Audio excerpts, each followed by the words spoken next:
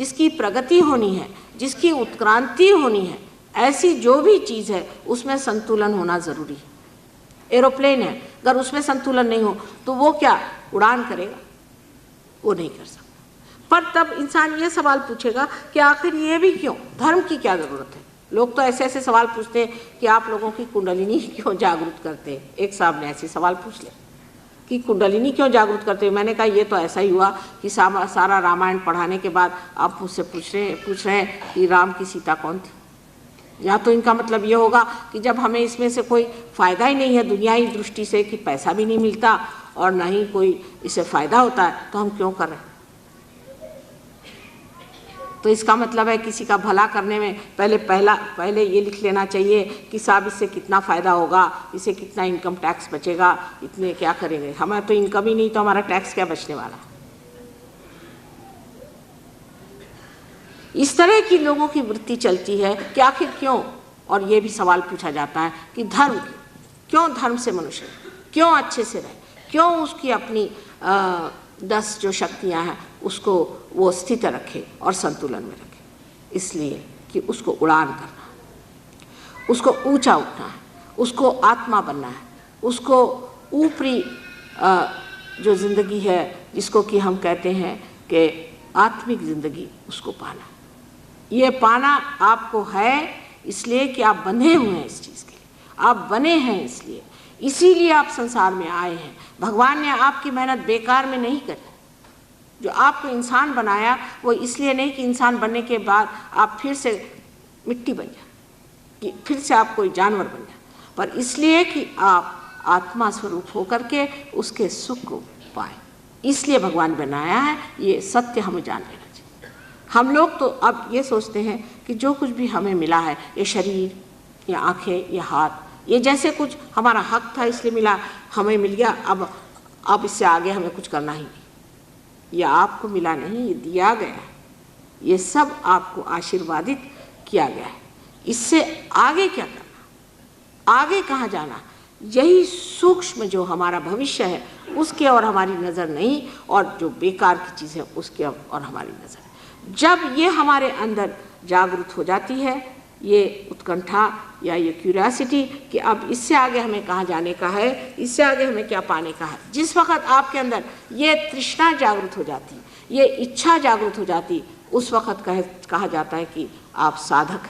और ऐसे साधकों को मेरा नमस्कार है। जो साधक है वो है जिसने कि जान लिया कि इससे परे कोई चीज़, इससे परे कोई चीज़ है, ऐसा जिसने समझ लिया वही साधक है। अब जो कि नाभि चक्र है ये लक्ष्मी का तत्व है। इस लक्ष्मी तत्व में हम घूमते रहते हैं। सारा लक्ष्मी तत्व जो है पैसा कौड़ी ये वो दुनिया भर की चीज़, और फिर धर्म के चक्कर, ये सब चक्करों में हम घूमते रहते हैं। लेकिन इससे परे कोई ना कोई चीज़ होनी चाहिए, क्योंकि अभी तक जो हमने किया, हमने इतना किया। एक मुसलमान शेख गुरुजी करके हैं, उनका माँ मेरे तो हालत ख़राब गई, घुटने मेरे टूट गए नमाज़ पढ़ते पढ़ते। तो मैंने कहा चलो इससे कुछ फ़ायदा नहीं, तो मैं वारकरी हो गया। मैं पंडरी जाता था अपनी हमारे यहाँ टाल कहते हैं उसे, जो जंजीरा बजाते हैं, वो बजाते बजाते एक महीना वहाँ जाता था, वहाँ सर रोज़ फोड़ता था भगवान के सामने। मुझे भगवान तो मिले नहीं। और अब आगे मैंने सोचा कि ये सब तो है नहीं, इसमें तो भगवान नहीं, आगे क्या। तो फिर कह लिया, मैंने दाढ़ी बढ़ा ली, ये किया। मैंने सोचा चलो मैं भी अवधूत हो जाता हूँ, मैं कहता हूँ कि मैं भी अवधूत हूँ। वो भी करके देख लिया, फिर दूसरा और कुछ करके देख लिया नाटक, तो परमात्मा मिले नहीं। मैंने कहा कि परमात्मा है कहाँ। जब वो हमसे मिले तो हमने कहा कि बेटे तुम्हारे ही अंदर परमात्मा, क्यों ये काहे रे बन खोजन जाए, तुम्हारे ही अंदर परमात्मा है। लेकिन उसकी ऐसे पागल जैसे खोजने की क्या ज़रूरत है तुमको, इधर उधर भागने की ज़रूरत क्या है। किसने कहा था कि 1 मील जा करके 1 महीना जा करके और पंढरपुर जाओ, ये किसने कहा। तुम ज्ञानेश्वर जी का नाम लेते हो, क्या उन्होंने कहा था? उन्होंने कहा था जाइए, उन्होंने तो नहीं कहा था। उन्होंने तो कहा था कि ध्यान में परमात्मा को पाया जाता है। जब ध्यान कहा गया है तो क्या आप बैठ करके परमात्मा का ध्यान किया आपने? क्या आपने सोचा कि आगे जाना है? जिस दिन ये मनुष्य के मन में भावना आई उसी दिन लक्ष्मी से महालक्ष्मी का तत्व बन जाता। जिस दिन ये विचार उसके अंदर जागृत हुआ कि इससे आगे कोई चीज़ पाने की है, उसी दिन उसका जो लक्ष्मी तत्व है वो महालक्ष्मी तत्व बन जाता है। और महालक्ष्मी तत्व जो है उसी से हमारी सुषुम्ना नाड़ी जो है, जो पूरी ऊपर से नीचे तक मध्य मार्ग है, जिसे मिडिल पाथ कहा जाता है, वही मध्य मार्ग पूरी तरह से स्थापित हो जाता है। उस मध्य मार्ग में जो शक्ति है वो इस वक्त सीमित है, लेकिन नज़र आपकी ऊंची हो जाती है, नज़र आपकी ऊंची हो जाती है। धीरे धीरे ये बाह्य की उपकरण और ये जो आंदोलन है ये सब खत्म हो करके इंसान उस दिशा की ओर बढ़ता है जिधर उसे बढ़ना है।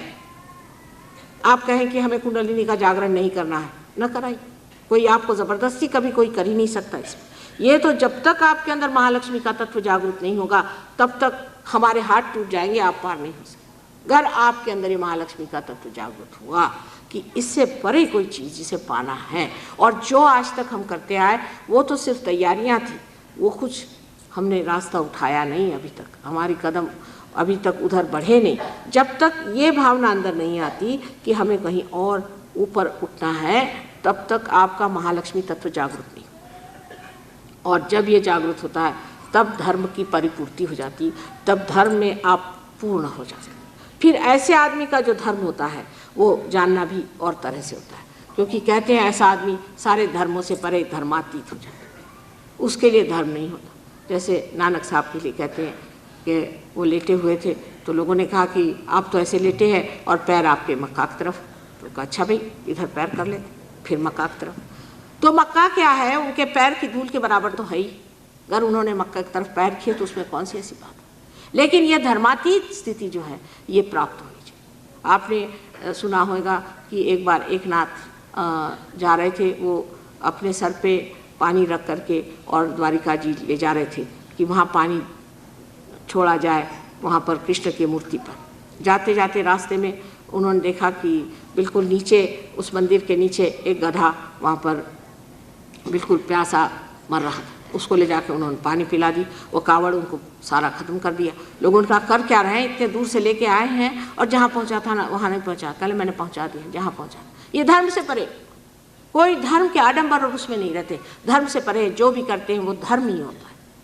ऐसे धर्मातीत और गुणातीत स्थिति जो है, इसको पाने के लिए पहले आपके अंदर महालक्ष्मी तत्व आना चाहिए। जब तक ये आपके अंदर स्थिति नहीं आएगी, आपके किसी भी कार्य में कोई भी प्राण नहीं है।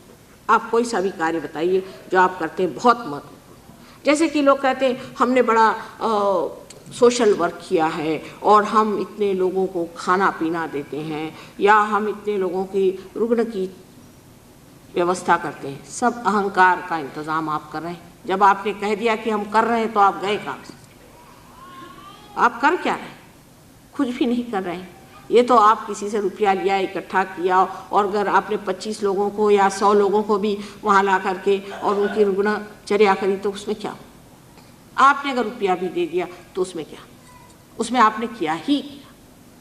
कुछ करने का जो है वो तो जीवंत कार्य है, ये तो मरा हुआ काम है कि आपने उनको खाना पीना दे दिया, या एक उनको टेबल उठा के दे दिया, या एक कोई पेड़ मर गया तो 4 उससे कुर्सियाँ बना के किसी को दे दी। ये तो सब मरा हुआ काम है, इसमें आपने किया ही क्या। और ये तो अहंकार आपका जुटता जाएगा जब तक आप मरा हुआ काम करेंगे। मैंने ये किया, मैंने वो किया, आप जानते नहीं मैं फलाने जगह का सोशल वर्कर हूँ, समझ लीजिए ये पगला गए। या मैंने ये देश का कार्य किया, मैंने वो कार्य किया, ये जिसने कह दिया उसको आप समझ लीजिए कि इनको अभी तक कुछ भी खबर नहीं है कि जनरॉसिटी क्या होती है, उदार चरित्र क्या होता है। उदार चरित्र जो होता है वो देता है इस तरह की, वो जानता ही नहीं वो देता है, इस हाथ से देता है वो हाथ जानता नहीं कि क्या दिया।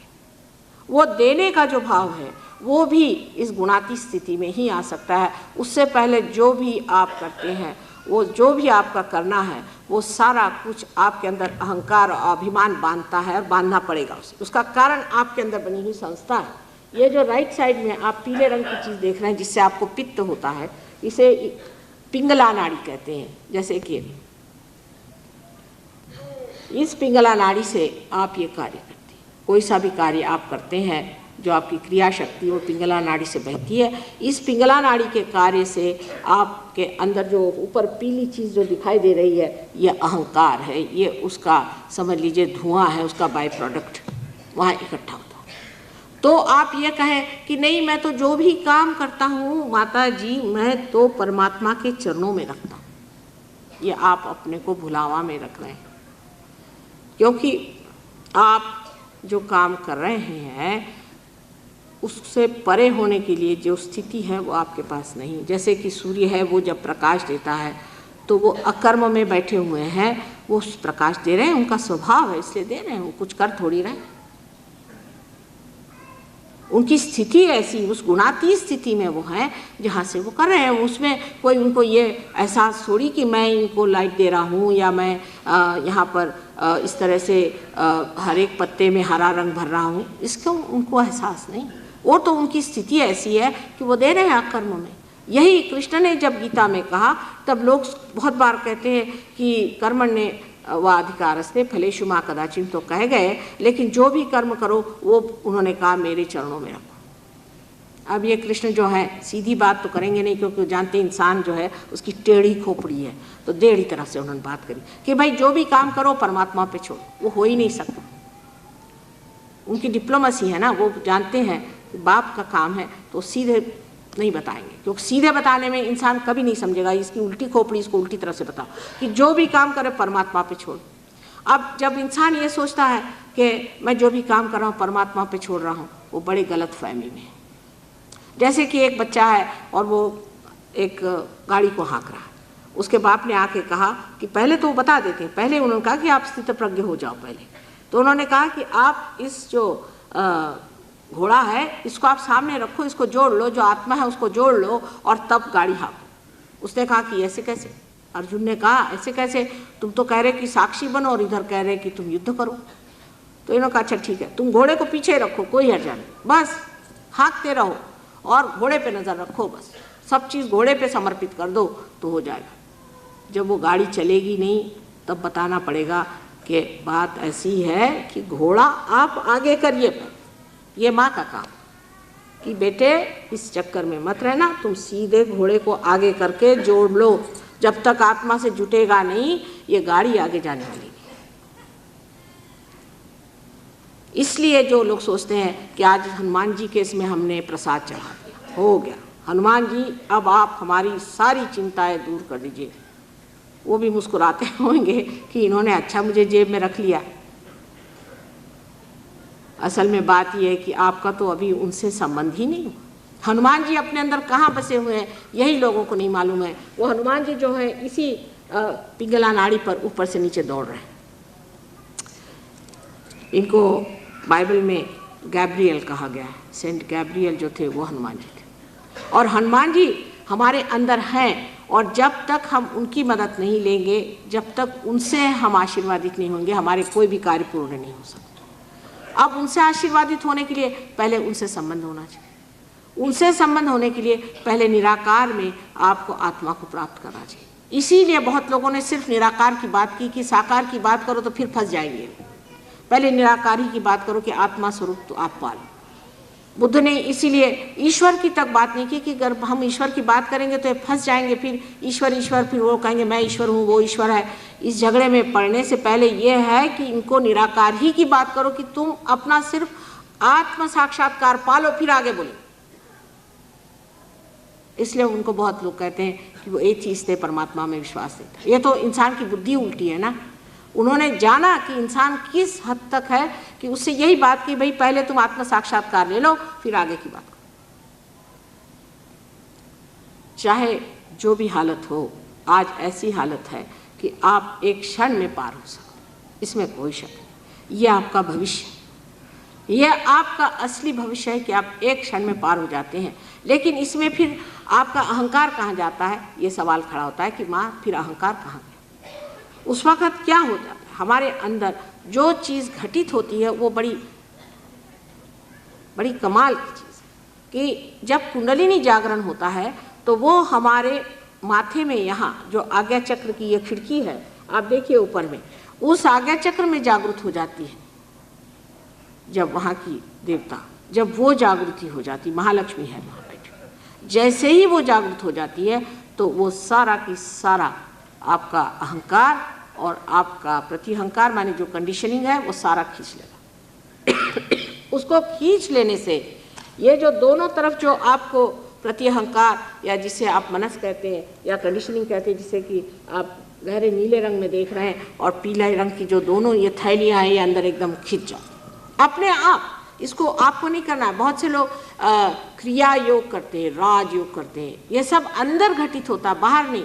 कि जैसे एक साहब ने कहा कि जिस वक्त कुंडलिनी जागृत होती है तो खेचरी मुद्रा होती। खेचरी माने ये कि ये जो जीभ है अंदर की तरफ खिंच जाती है, लेकिन किसी को महसूस नहीं हो, क्योंकि जब आपकी कुंडलिनी चढ़ेगी तो कोई ना कोई तो अंदर क्रिया घटित होने ही वाली है। जैसे आपकी मोटर चलती है तो उसमें क्रियाएं अंदर होती रहती है, बाह्य में तो कुछ दिखाई नहीं देता। इसी प्रकार ये भी क्रिया कुंडलिनी की जब चढ़ती है तो ये सब चीज़ें आपके अंदर, जैसे आपकी पचन क्रिया आदि अपने आप होती है, उसी प्रकार ये सब क्रियाएँ होती हैं, बंध आदि। लेकिन वो कोई कहे कि मैं जीभ काट के, एक साहब ने किया हुआ है ऐसे ही, वहाँ क्रिया योग जो अमेरिका में है, वो जीभ काट करके उसको पीछे मोड़ करके यहाँ गले में दबा करके और कहे खेचरी हो रही।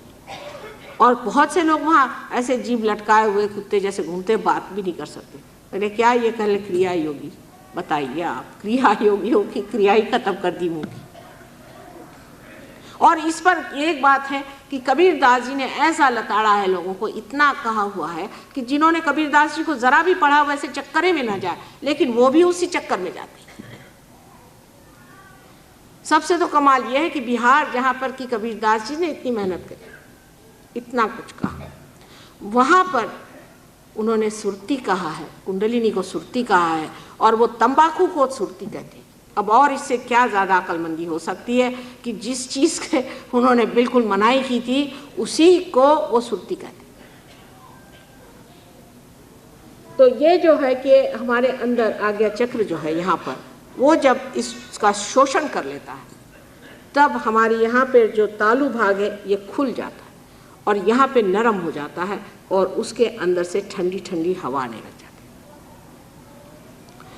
ये पहली पहचान है कि कुंडलिनी का जागरण हुआ। अब के कहते हैं कि कुंडलिनी के जागरण में ये आफत आती, वो आफत आती। हमने तो कोई देखा नहीं, हजारों लोगों की कुंडलिनी जागृत हो गई।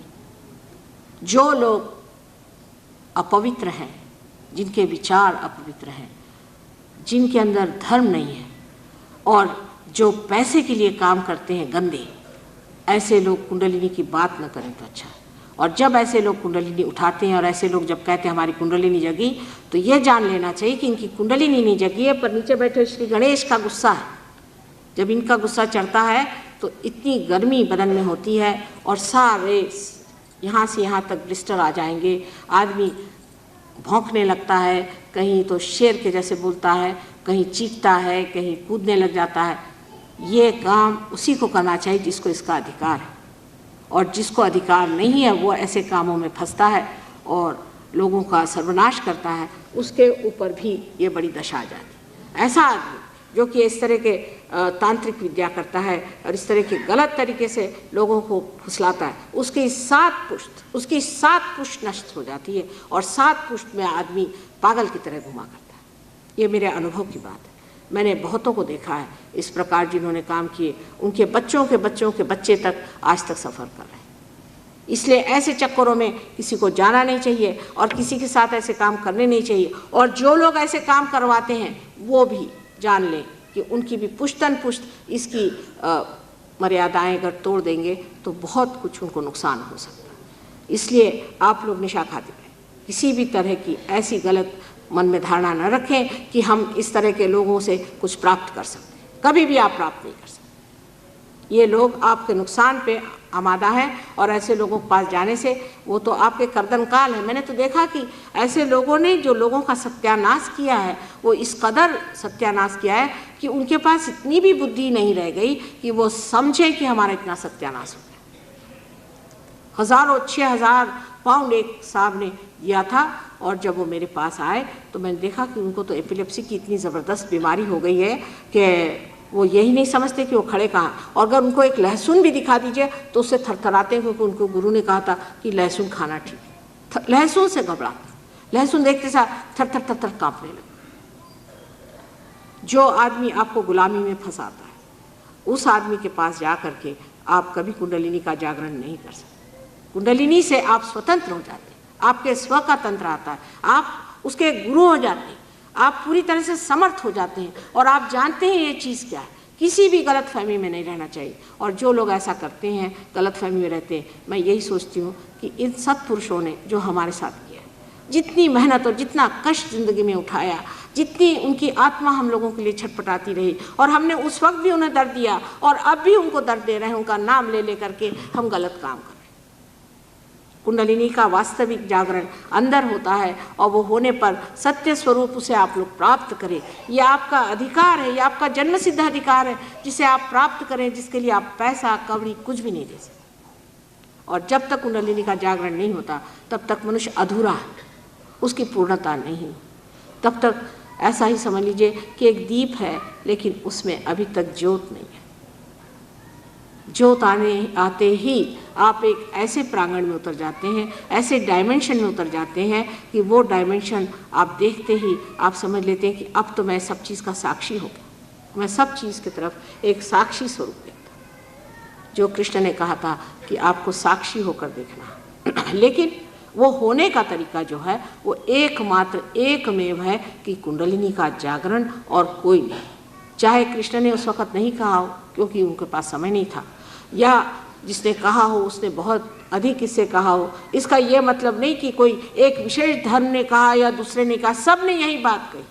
यहाँ तक मोहम्मद साहब ने तो साफ कहा है कि जिस वक़्त आपका रिजरेक्शन होगा, जब उत्थान होगा, उस समय में आपके हाथ बोलेंगे। अब मुसलमान कहते हैं कि उनके बाद कोई आने वाला नहीं, उन्होंने फ्यूचर की पूरी बात करी, उनको तो कोई पढ़ता ही नहीं, उन्होंने फ्यूचर की बात करी, भविष्य की बात करी कि उस वक़्त आपके हाथ बोलेंगे। माने ये है कि हम जो अभी बोल रहे हैं इसकी पूर्ति बाद में होने वाली।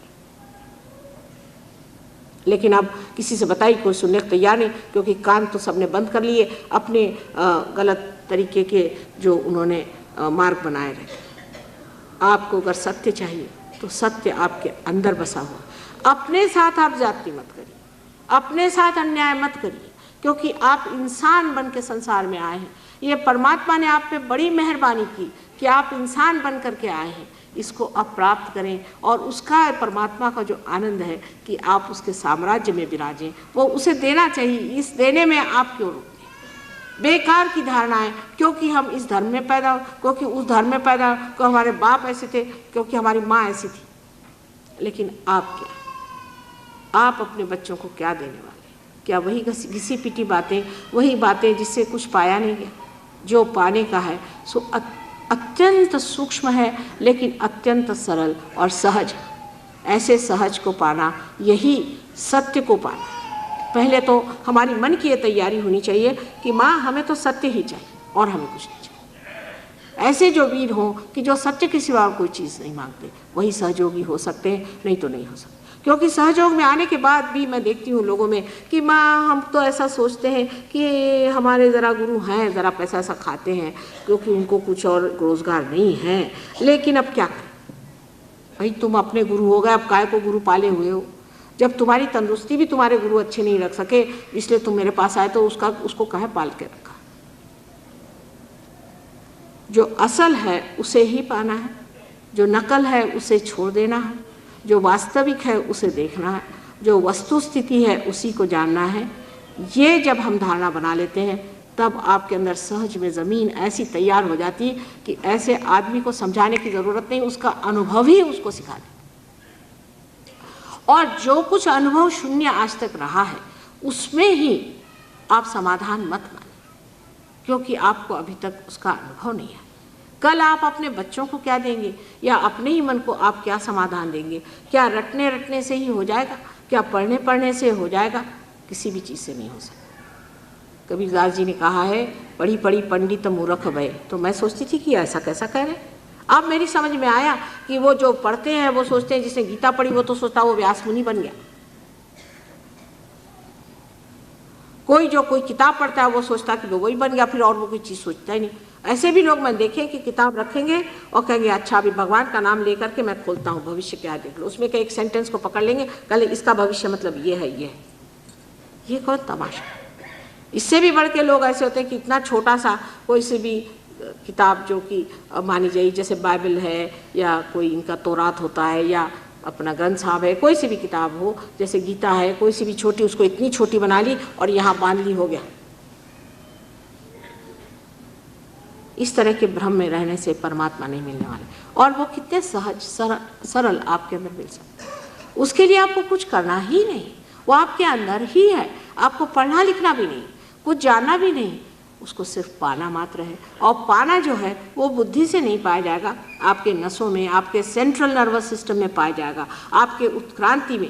आप वो इंसान होंगे जिसे आप कह सकते हैं कि महान मानव, जिसे कि आज हम कहते हैं कि यही आपका भविष्य है, कि आप महान मानव।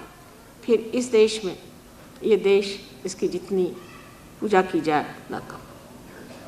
यहाँ संत साधुओं के अनेक चमत्कार, हजारों चमत्कार हो चुके हैं और इन्होंने अपना खून सींच करके इस देश को बनाया है। इस देश में जो पुण्य है वो आपको किसी भी देश में नहीं मिल सकता। और इस देश में रहने वाले लोग महान पुण्यवान होंगे, पूर्वजन का सुकृत होगा, तभी यहाँ पैदा होंगे। और इस देश में रह करके भी इस समय अगर आपने अपने आत्मा को नहीं पाया तो मैं कहूँगी कि आपसे दुर्भाग्य कोई नहीं, क्योंकि समय ऐसा है, विशेष समय है। इस समय सत्य को पाना बहुत आसान है और इसे पा लिया जाए। पाने के बाद उस पर दृढ़ हो जाना चाहिए और बढ़ना चाहिए। इसमें बुद्धि के खेल से नहीं होगा कि माँ ने ऐसा कहा तो ऐसा क्यों कहा और फिर फलाने ने ऐसा नहीं कहा, इससे नहीं होने वाला। जो चीज़ है वही है।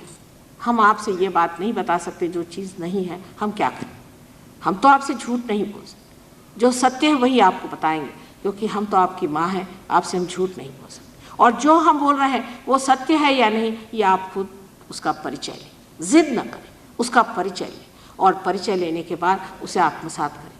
क्योंकि आखिर बात क्या है? बात यही है कि माँ है, वो किसी के लिए क्यों करती है, वो अपने बच्चे से प्यार क्यों करती है, उससे अगर कोई पूछा जाए तो वो कहेगी कि ये तो अजीब सवाल था, मैंने कभी सोचा ही नहीं कि मैं क्यों प्यार करती हूँ अपने बच्चों से। उसका कोई पर्पज ही नहीं, वो तो कोई मतलब ही नहीं होता, लेकिन करते। और इस वजह से आप लोग इस पे अब बुद्धि से वाद न करें, सिर्फ अपने कुंडलिनी के जागरण की व्यवस्था रखें, अपने कुंडलिनी का जागरण कर ले, जिससे आपका ब्रह्मरंध्र छिद्र हो जाए और आप ब्रह्म को जानें।